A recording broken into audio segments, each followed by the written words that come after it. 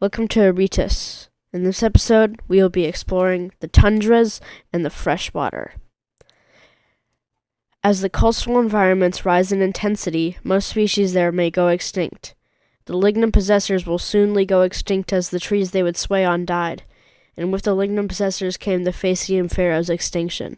But despite the death of a habitat, another one will appear. After a river overflowed a bit during a rainstorm, a few exposed gills realized it would be better to live in an uninhabited habitat. The densopero, or fat boy, is a fatter version of the exposed gills, using its new niche to just eat a bunch of algae.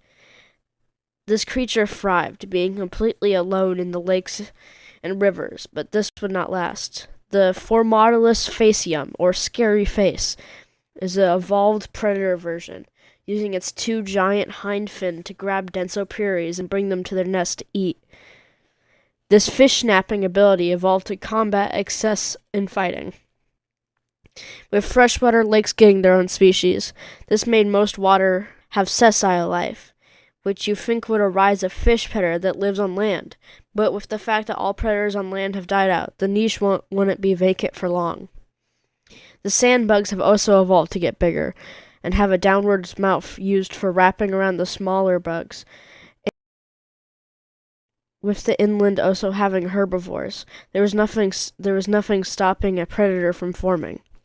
The venator centaurus, or centaur hunter, is a small pack creature that preys on the oculi longi, but not in the way you think. You would expect them to be chasing down oculi longi, but instead it's a much more cowardly way of hunting. Because of the sharp claws of the oculi used for ripping up plants, they would not win a fight against a focused one. So they wait for the oculi to stick its face into a fruit to check for bugs, which then they will all attack it, usually killing it. On the chance they fail to murder it, they will retreat, with the slowest one usually being fatally injured or killed. As this planet's life expands, multiple biomes will be inhabited, and the tundras won't be exception. This cold place happens to be colder than Earth's, being minus 50 to minus 20 degrees Fahrenheit, and extremities may have to be met. The first plant to colonize the frozen tundra shall be the gulu pugnator, having tall leaves at the top of its tree, to sway with the wind and absorb as much sunlight.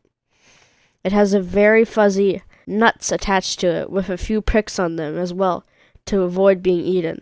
This plant has a hardened shell similar to bark, but instead of being dead skin, it's almost dead, as a way to constantly regenerate bark even when ripped off. This plant will be left alone for a while, as there wasn't nearly enough for a sustainable life there. But once these plants became much more common, life tried its magic. The stubby sed magna, or stubby yet big, is a megafauna that has evolved to reach to the top of gulus and eat their huge leaves, also having horns to fight each other's sed magnas for females.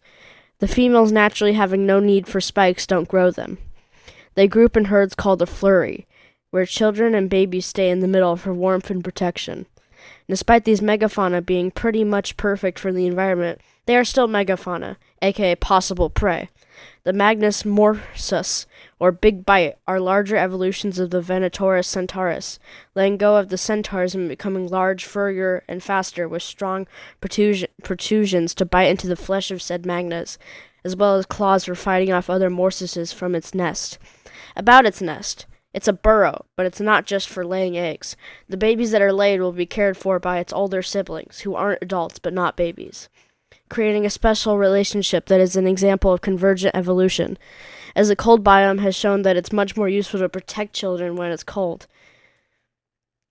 The morses also have a special way of moving.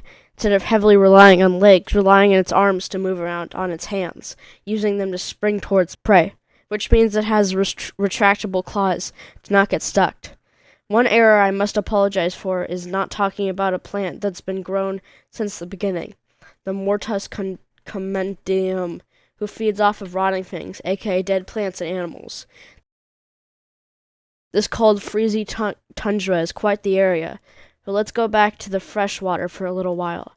Based on the new diet option, the herbivore oculi longi has a new subspecies, the fluman venator, or river hunter.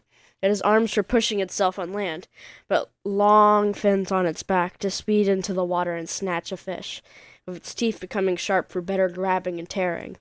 Its long eyes are now used for looking into rivers to see how occupied they are, only hunting in high population areas. It has a special hole on the back of its fins for holding its eggs, to keep them safe from weather and temperature. This species has a special kind of eyes that let it see heat to detect a live species. Bye. Next episode, we will see what will inhabit the deserts.